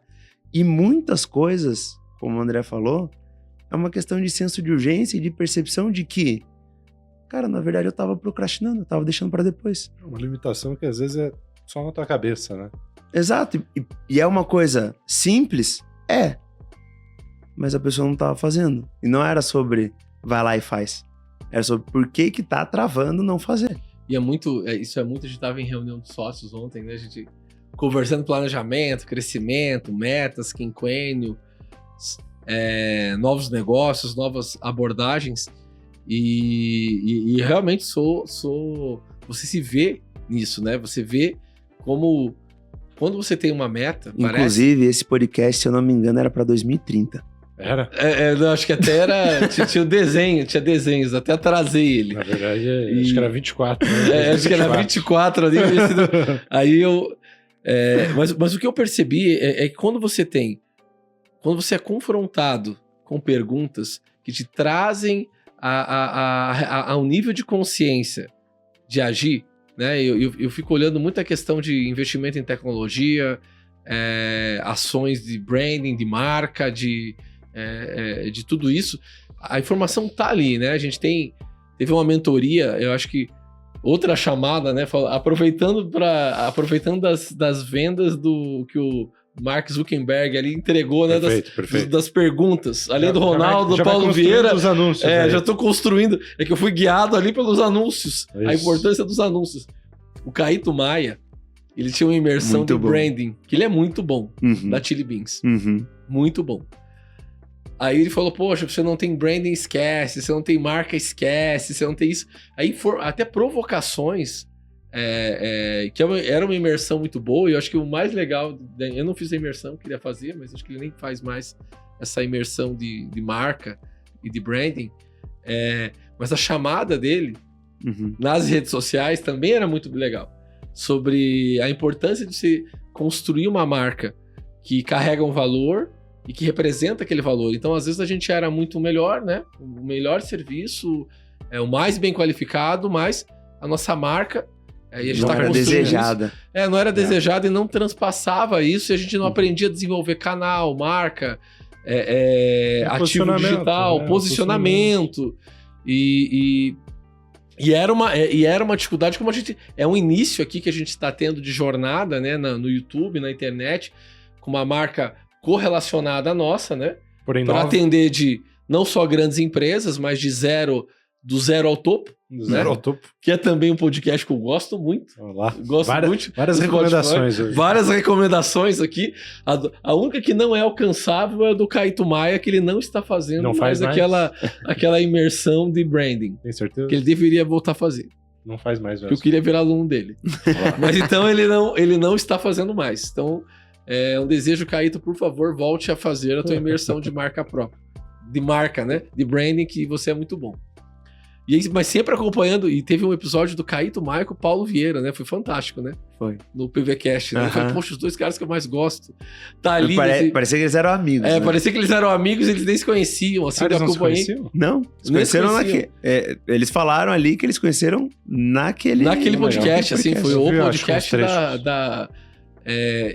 assim, acho que é toda a trajetória, né, de você não desprezar investimento em branding, não desprezar tecnologia, canal de venda, desenvolvimento, e como assim no processo de coach de negócios, como trazer a sensibilidade que o empresário tem que, às vezes, tirar o dinheiro, não transferir tanta grana para a pessoa física investir mais na marca dele, investir mais na tecnologia.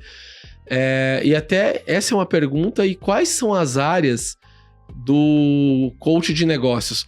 São 8 áreas, o que essas áreas falam, o que é um coach de negócios agora e como fazer alguém, como você trazer perguntas para 2 perguntas, investimento em branding e tecnologia, e quais são as áreas que um coach de negócio que é tratado no processo de coaching de negócios. De uma empresa, uma companhia, é uma só, é só a emoção do empreendedor ou do executivo, o que é tratado? Vamos lá, então, são várias perguntas, né? Partes, 2 em uma, já é uma metralhadora aqui, tá. Mas, vamos lá. Eu tenho uma máxima que eu ouvi, se eu não me engano, foi do Flávio Augusto. Ele fala assim, ó, os mais inteligentes vão trabalhar para os mais corajosos. Por quê? Porque a galera que fica estudando demais e que isso não é necessariamente um problema, muita gente fala assim, não, mas tem que ser empresário, você tem que ter tua própria empresa e tal. Eu lembro que você me mandou era alguma coisa no LinkedIn do novo CEO da Starbucks. Que tava... Eu lembro essa que eu mandei. 100 e tantos milhões de dólares por ano, mais um bônus de 180 milhões de dólares durante 2 anos, porque ele tava perdendo participação da Chipotle e tal. Falou assim, cara, o CEO do Bradesco, não lembro quando eu tinha visto, o CEO do Bradesco ganhou 60 milhões de reais no ano. Sim. Se você ele não é empresário, não. Ele é executivo. CEO. O Bradesco não tá o CNPJ do Bradesco não tem o CPF dele. Perfeito. Se você não tá, então, se ser empresário é o certo, você com certeza tá faturando mais de 60 milhões para você, pessoa física. Porque ele tá, e ele não é empresário. Então, existem carreiras, né? Sim. Mas o ponto que o Flávio Augusto traz que você tem que ser meio louco para abrir um negócio. Porque é uma pressão doida. Se você começar a fazer matriz de risco, você vai falar assim, eu não vou abrir não. É só risco. É só risco. Não tem um bônus nesse negócio. No Brasil, o risco Brasil é lá em cima. Não, você começa a colocar Brasil, risco de qualquer negócio. Aí você bota Brasil, pum, piorou ainda. Esquece, vai para os Estados Unidos. Desiste, vai trabalhar para alguém. Então, tem que ter um senso de coragem, de ousadia, porque muitas vezes ser empresário é pular numa água escura no meio do escuro. Com tudo apagado, você não sabe nem que você está pulando. Então, tem que ter um nível de ousadia, de coragem, que muitas vezes, quando você se dedica a estudar demais, você começa a olhar assim, pô, isso aí não dá. Pô, isso aqui é muito difícil. Aí vai lá um cara que não pensou em nada e começa e faz. E funciona. E então, é muito de trazer esse senso de coragem, de ousadia, de tomar decisões ousadas e desafiadoras para dentro do dia a dia. Porque cresce mais quem também corre mais risco. Fato. Se eu não correr mais risco, para correr mais risco, eu tenho que fazer mais investimento. Então, é até clichê falar, né? De você segurar o prazer imediato para ter prazeres duradouros lá na frente. Perfeito. Mas é a verdade. Então, o que a gente vê muitas vezes? É um empresário que ele começa a crescer, o negócio dele fatura 10 mil, aí vai para 20 mil, aí vai para 50 mil e o cara tá ganhando 2 mil. Aí tá com 100 mil, opa, agora dá para tirar uns 10 mil aqui. Aí 20 mil reais, 200 mil, ele fala, opa, 20 mil. E aí o cara já tá viajando, ele já tá trocando de carro uma vez por ano, ele já comprou um apartamento aqui, um apartamento ali, e ele começa a tirar dinheiro do caixa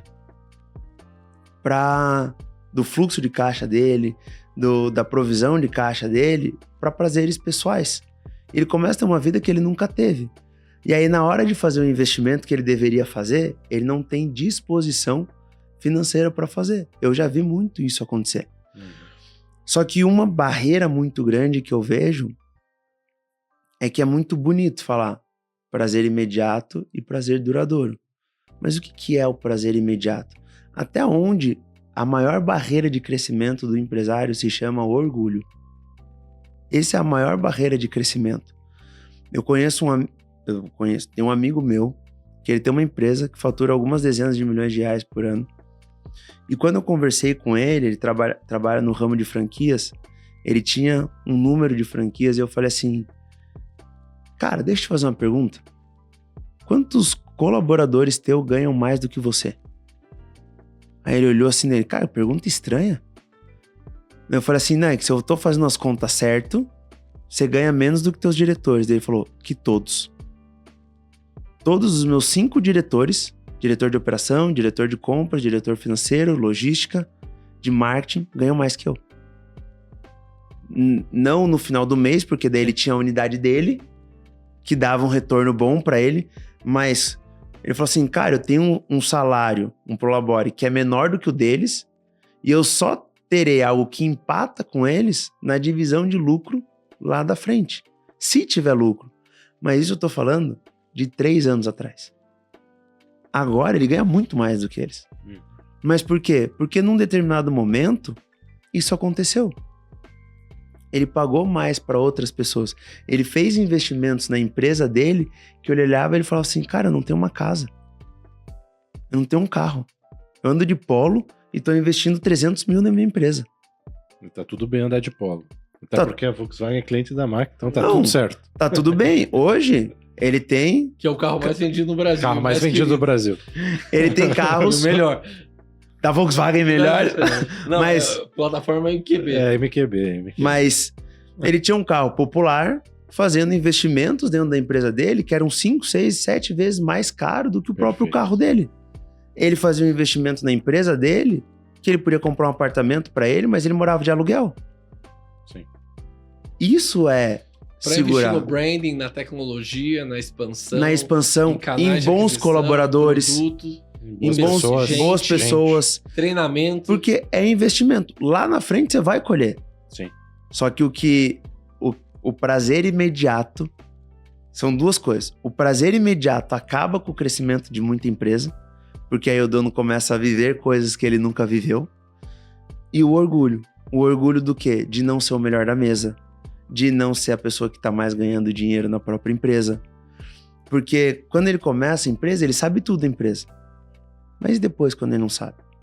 Eu lembro que teve um cliente meu que ele falou assim, Ronaldo, hoje eu efetivamente tive o maior ganho do processo de coaching até hoje. Qual foi? Cheguei na minha empresa, um colaborador veio perguntar para mim, como é que faz isso? Aí eu olhei para ele e perguntei, você já perguntou pro teu gestor? Aí ele, não, vim direto para você dele. Então eu pergunto pro teu gestor porque eu não faço a menor ideia de como faz isso. Ele falou assim, cara, eu cuidava de tudo. E ele falava assim, eu tinha que ser a pessoa que sabia de tudo. Quando ele tirou essa necessidade dele, esse orgulho dele de ser o melhor da mesa em tudo, a empresa dele começou a crescer. Porque ele deixou outras pessoas serem melhores do que ele em áreas que para ele não ia fazer diferença dentro da empresa. Então, muitas vezes, essa é a cabeça que trava o empresário. A cabeça de usufruir do que não precisa usufruir ainda e a cabeça de precisar ser o melhor da empresa, o que mais ganha na empresa. E aí, isso trava muitas vezes. Então, olhando para essa primeira pergunta, acredito que isso responde de uma maneira não técnica, né? Não de, por conta da falta de fluxo de caixa ou de não saber fazer a conta de margem, do markup, isso e aquilo. Não, é a cabeça do dono. A empresa cresce até onde a cabeça do dono permite. Bom, E as áreas do... a gente sabe que o processo de coach ele passa por várias áreas, né? Eles falam...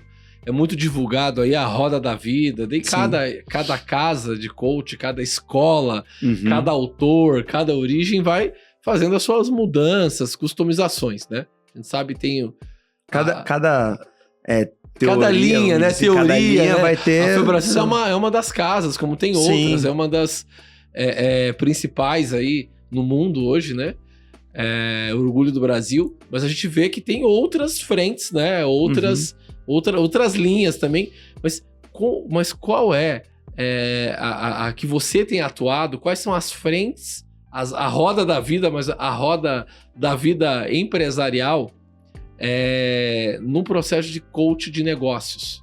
Quais áreas dentro do negócio? Se a gente fosse se a gente for separar de uma maneira bem simplista, a gente vai olhar para gestão e liderança. E eu gosto de separar assim que gestão é coeficiente cognitivo, parte técnica mesmo. Números, processos, desenvolvimento de projetos, organograma, parte técnica mesmo. Vamos fazer análise, vamos tomar decisão. E tem a parte de liderança, de inteligência emocional. E aqui eu falo que é uma dobradinha, porque a gestão não vive sem a liderança não vive sem a gestão. E elas são coisas diferentes. Porque a gestão vai olhar para os números, fazer análise crítica e tomar decisões. Só que as decisões serão executadas através da liderança, que vai conduzir pessoas, que é a galera que muda os ponteiros. Esses números só foram gerados pelas pessoas. Então eu tenho que usar a liderança para seguir as direções que foram dadas pela gestão, para fazer os números mudarem, para a gestão analisar esses números que mudaram, tomar novas decisões e fazer a liderança trabalhar as pessoas de novo, e a gente entra num fluxo. Então, se a gente for separar, é gestão e liderança. Mas a gente vai olhar para a estrutura organizacional, fazendo questionamentos, olhando para o organograma, para a estrutura, se ela faz sentido, se ela não faz. A gente vai olhar para clima organizacional, a gente vai olhar para a construção de times, a gente vai olhar para a gestão dos resultados, das estratégias, dos processos, dos setores, números, estabelecendo metas, indicadores, KPIs, toda essa parte. A gente vai olhar para o lucro, então a gente vai olhar para muitas áreas da empresa. Mas eu gosto de separar entre gestão e liderança. Essa é a grande segmentação. E aí a gente vai entrar em várias segmentações dentro de gestão e de liderança. E nesse processo de áreas diferentes, nessa roda da vida aí da empresa, do negócio, né? Quando que o coach ele vai direcionando, então, perguntas relacionado a temas, por exemplo, modernização e inovação, transformação digital. Aí você vai perguntando ali pro... Lucratividade. Você vai fazendo uma sessão, então é uma série aí de 10 a 20 a 30 perguntas assertivas naquele tema, que é o que tá pegando ali na semana, ou o que tá impedindo, é uma barreira a ser superada. É isso? Quando a gente olha para a estrutura da Febracis, a gente tem a roda da vida. Essa é a roda da vida do coaching. Na Febracis a gente chama de MAS, que é o Mapa de Autoavaliação Sistêmico. Quando a gente vai para a parte empresarial, a gente tem o MAI, que é o Mapa de Autoavaliação Empresarial, que são pontos, são 9 pontos, 10 pontos, desculpa, aqui são 11, aqui são 9, que a gente identificou que são importantes dentro de uma empresa, como inovação e modernização, lucro, gestão, times de alta performance, produtividade, clima organizacional, entrega, tem uma série. E dentro dessas, a gente vai escolher algumas áreas para serem trabalhadas com um foco dentro daquela semana, dentro daquele mês. E a gente vai traçar estratégias. E aí, a gente vai dando nota para cada um desses itens, criando indicadores. E o nosso objetivo é melhorar todos os indicadores das áreas que a gente está atuando. Lógico que quando a gente vai olhar para uma empresa, tem 2 grandes números que a gente vai buscar: faturamento e lucro. Perfeito. Quando a gente está olhando para uma empresa moderniza para quê? Para faturar mais e lucrar mais. Ou reduzir custo. Reduziu o custo, aumentou o lucro. Perfeito. Aumentou o faturamento, manteve o lucro. O custo, lucrou mais. Perfeito. Aumentou o faturamento, manteve a margem. No final das contas, o volume do lucro é maior. Então, legal. A empresa ela vai trocar a gente na empresa. Para quê? Para faturar e lucrar mais. Perfeito. Vai ter uma modernização da tecnologia. É sempre olhando para esses 2 ponteiros. Legal. E você falou agora há pouco que a liderança que faz os números aparecerem ali dentro da empresa, Sim. né? E o André perguntou sobre as áreas, né? Que normalmente nas perguntas, na condução ali da sessão de coaching, quais são as áreas que você aborda mais. Eu queria fazer uma pergunta pela perspectiva do coach, né? De quem está ali dentro do treinamento. Qual que é a ferramenta ou a condução ou o método que o coach usa, que o coach mais gosta, que ele sente que mais dá resultado? Tem algo assim ou não? Eu acho que vai depender muito de cada pessoa. Assim. Depende de pessoa para pessoa. É muito individual, até porque... Seja ele um executivo, seja um dono de empresa, um alto líder de uma grande empresa. Sim, é muito individual. Por isso que o processo de coaching, ele é individual e ele não tem uma forma padrão. Não tem um padrão. Não tem. Ele tem o conceito básico, o norte que direciona, Sim. Mas existem diversas ferramentas que podem ou não podem ser usadas dentro do processo. Vai depender da demanda do líder, do empresário. Dos teus coaches. Dos meus. Dos teus. Dos meus. Da tua experiência pessoal aí. Tá. Qual que é a ferramenta que os teus coaches mais gostam, que eles mais sentem que dá resultado? Que o feedback normalmente é positivo. Você recebe feedback dos teus coaches? Recebo, graças a Deus. O feedback positivo é em relação ao que normalmente? Essa é a minha pergunta. E aí eu vou ter que falar que não é necessariamente... Ao método. Não é necessariamente a uma ferramenta. Uhum. Não vou dizer que tem aquela ferramenta que é o suprassumo. Sim. Quando eu executo ela, resolve. Não, mas é quando o coach percebe que ele vinha sendo a pessoa que gera bagunça na empresa. Então, quando o problema é ele, quando ele percebe que o problema quando é ele. Ele toma consciência de que ele é o problema. Por quê? É muito duro o cliente perceber que o problema é ele. Porque normalmente o cliente vem, é a minha equipe. O coach fala, é o meu sócio, é a minha equipe, é o meu fornecedor, é isso, é aquilo. Teve um cliente meu que veio assim, falando de geração. Não, essa geração aí, falou assim, essa tua geração aí... apontando pra mim. Essa tua geração aí é muito difícil. Ninguém quer estudar, ninguém quer isso, ninguém quer nada. Aí eu... Tá, entendi. Mas deixa eu fazer uma pergunta. Quem contrata? Aí ele... Não, sou eu. Foi você que entrevistou? Foi. Você é o líder dessas pessoas?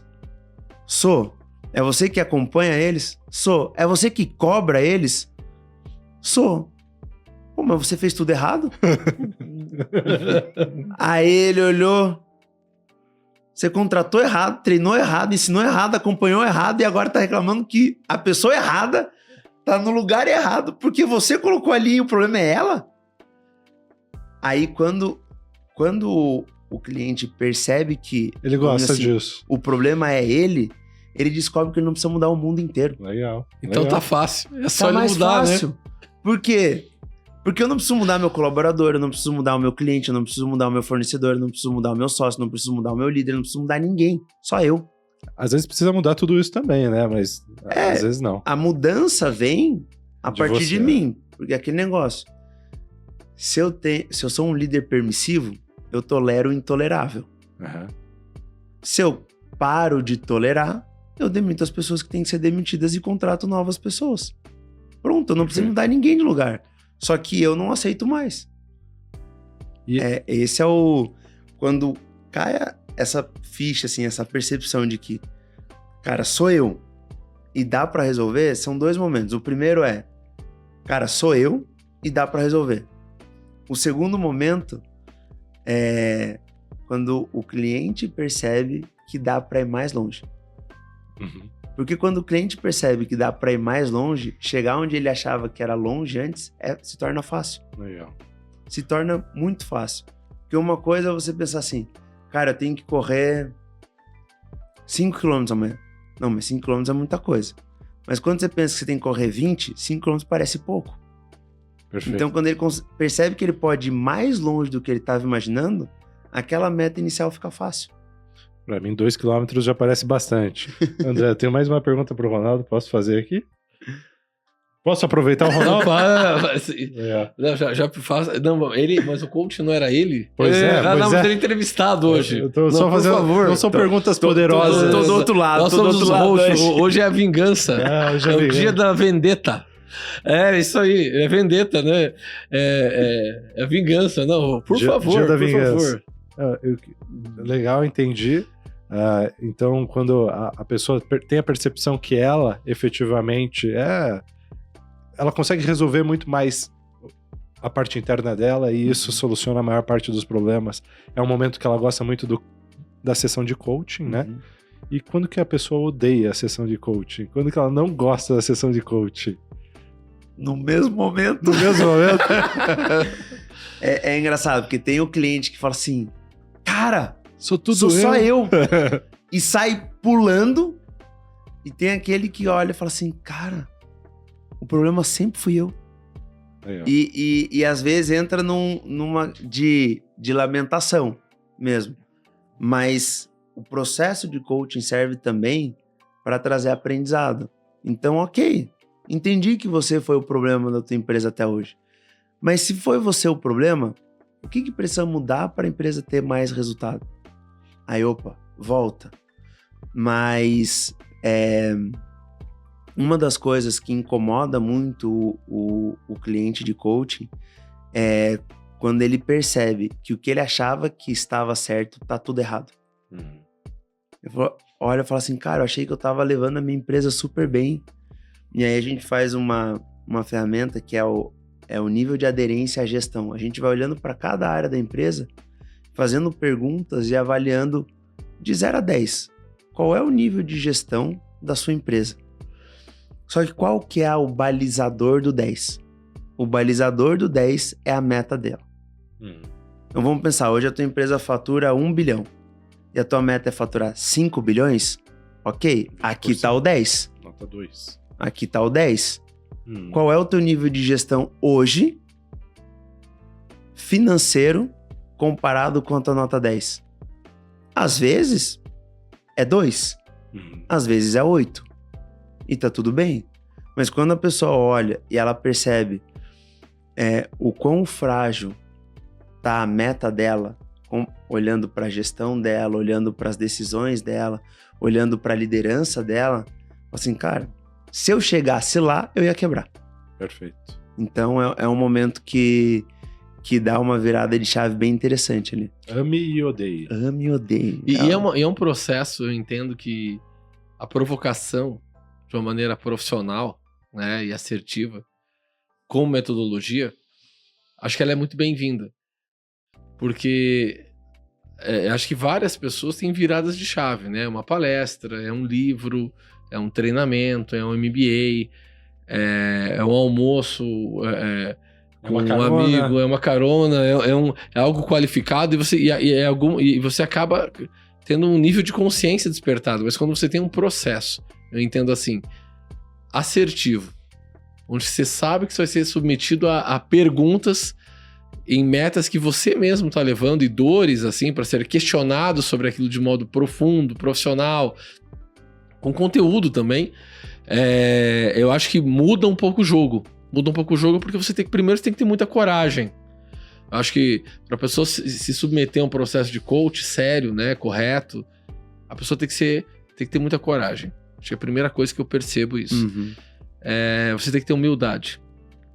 De não se ofender, porque de achar que as perguntas são petulantes demais, ou vai mexer em áreas que você às vezes nem permite que pessoas que na solidão da liderança você até demitiria uma pessoa.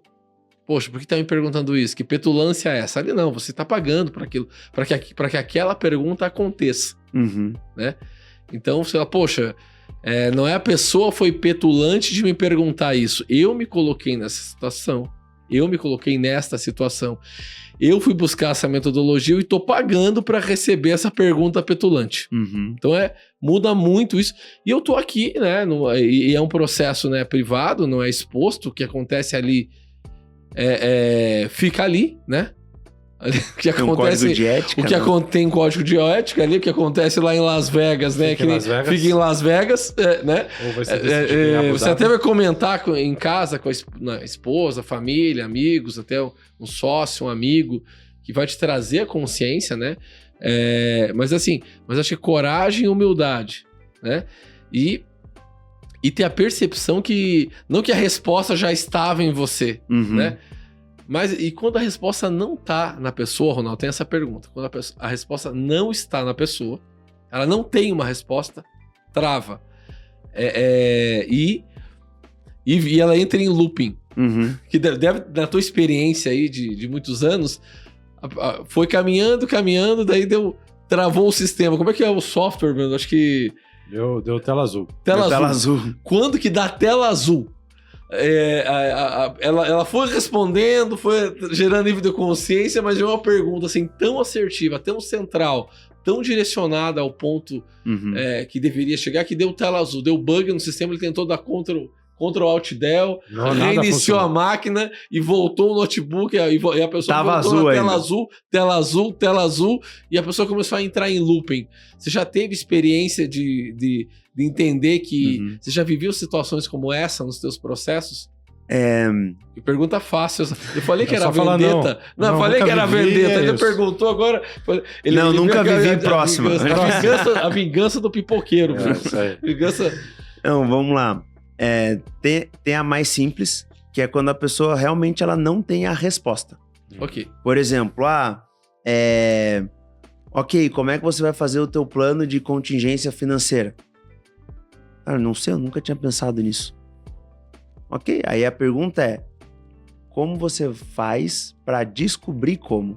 Aonde você vai encontrar essa resposta? Pode ser uma pessoa, pode ser um consultor, ChatGPT. O ChatGPT, pode ser um especialista, pode ser um curso. Ok, beleza.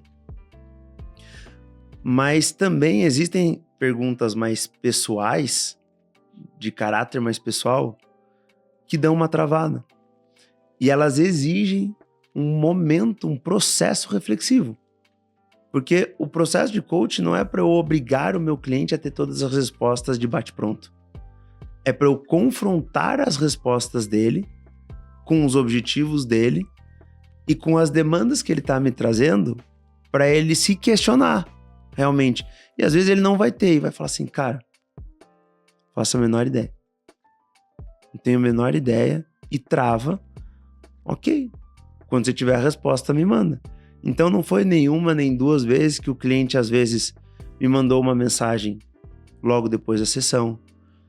Fui conversar com a minha esposa, conversei com meu marido, conversei com meu sócio, me veio esse insight, ou dias depois, ou na próxima sessão. Às vezes já aconteceu de um cliente responder uma coisa, sair da sessão e depois mandar um áudio. Ronaldo, o que eu te falei aquela hora não faz sentido nenhum. Tem nada a ver. Tô refletindo aqui, na verdade é isso aqui, são esses os desafios, os pontos a desenvolver e tal. Faz parte. Faz parte do coach entender que isso vai acontecer. Perfeito. E sobre o que o André estava falando de ter coragem e humildade, eu sempre falo que para você contratar um coach, essa pessoa vai ficar 2 horas com você, 10 encontros com você, a cada 2 semanas vai dar 5 meses com você.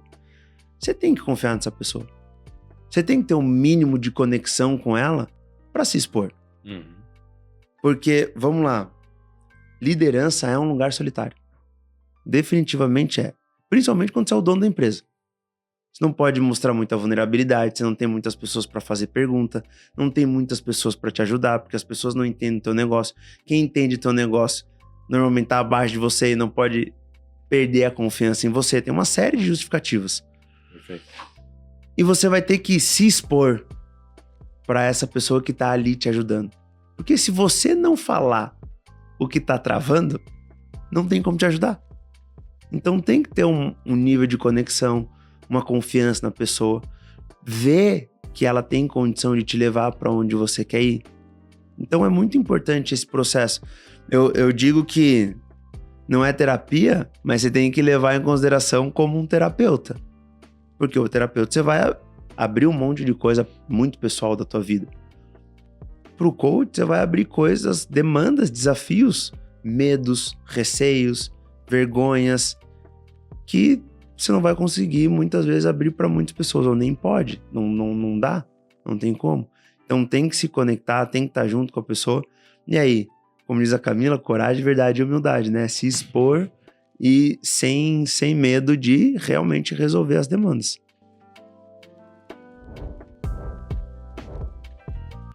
E eu vejo o mercado aí, ele é um mercado que ele poderia ser muito maior em grandes empresas no mercado executivo, na busca de performance.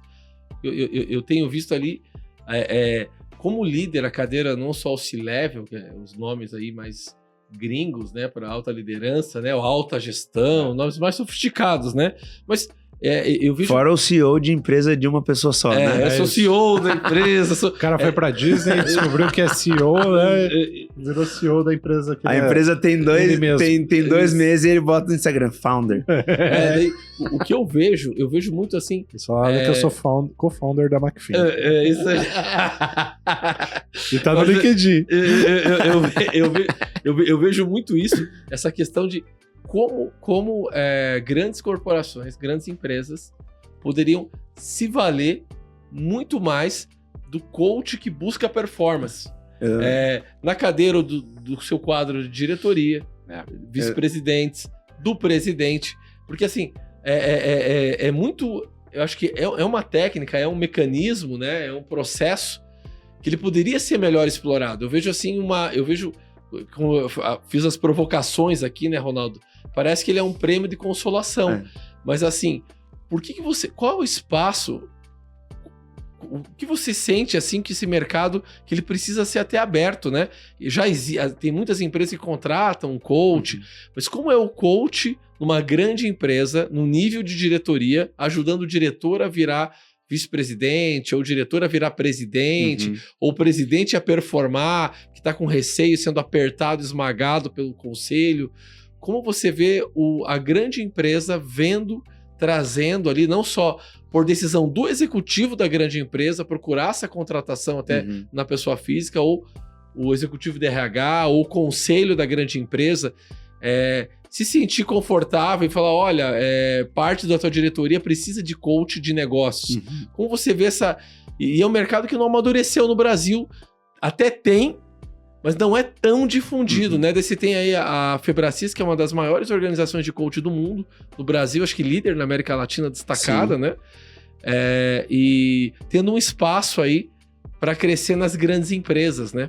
Nas 1000 maiores e melhores de rankings como a Exame, o Valor. Como você vê essa oportunidade, Ronaldo? Eu tenho uma história engraçada sobre isso.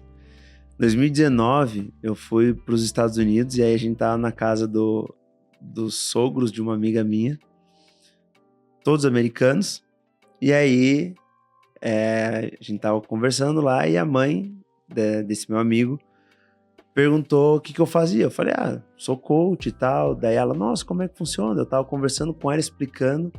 Aí uma hora ela falou assim, nossa, você deve ter muito trabalho no Brasil, porque aqui todas as empresas têm. Eu, mais ou menos. 2019, né? 2019, era diferente. Pré-pandemia, né? Lá nos Estados Unidos. Mas lá realmente é muito difundido, é normal.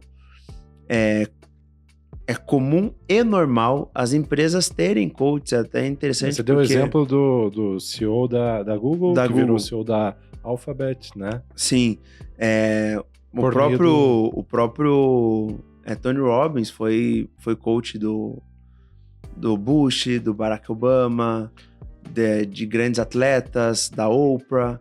Então... O Lehman não tinha o coach Jim Collins? Não era coach dele? Não chegou a ser coach, mentor. O Jim Collins, até onde eu sei, era consultor deles, Consultor. Né? Consultor. Mas passa um pouco de novo pelo preconceito.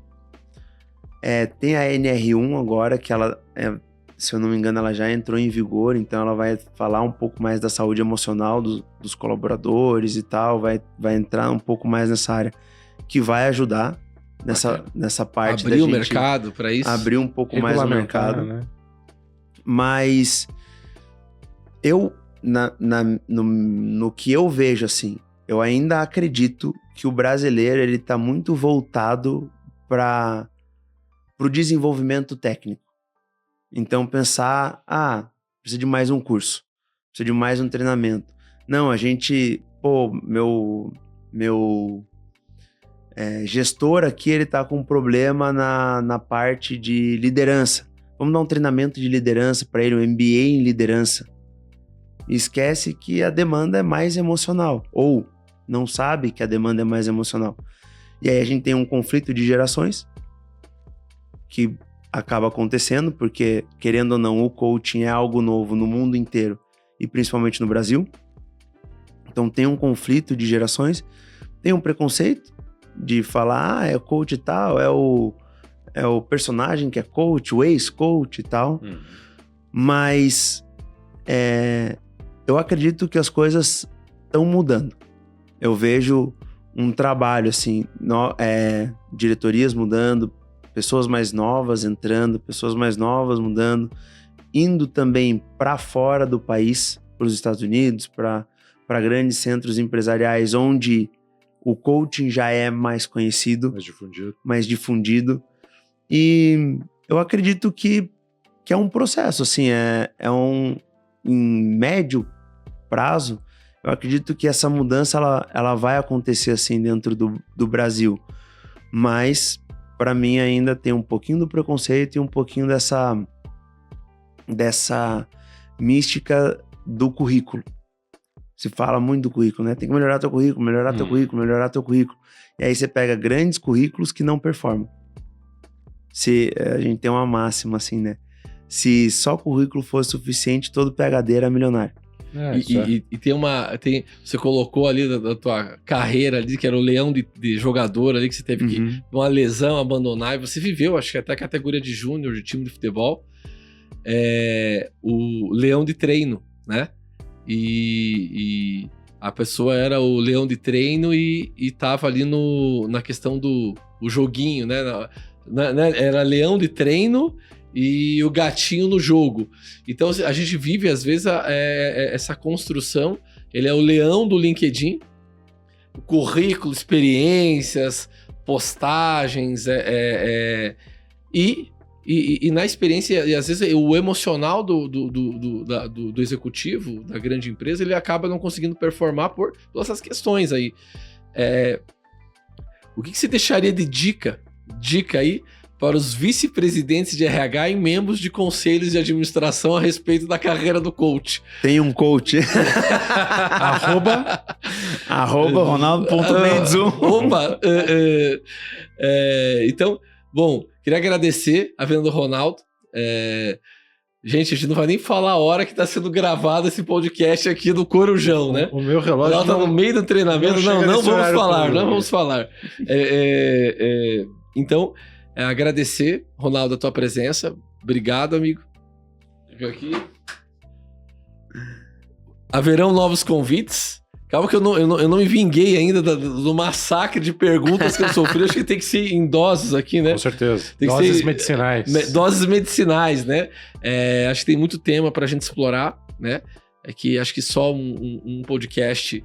É pouco. É pouco. Você tem que vir passar frio, sair de Floripa, passar frio em Curitiba de novo. Rapaz, tá. Olha, nesse caso tava mais quente aqui do que em Floripa. Opa!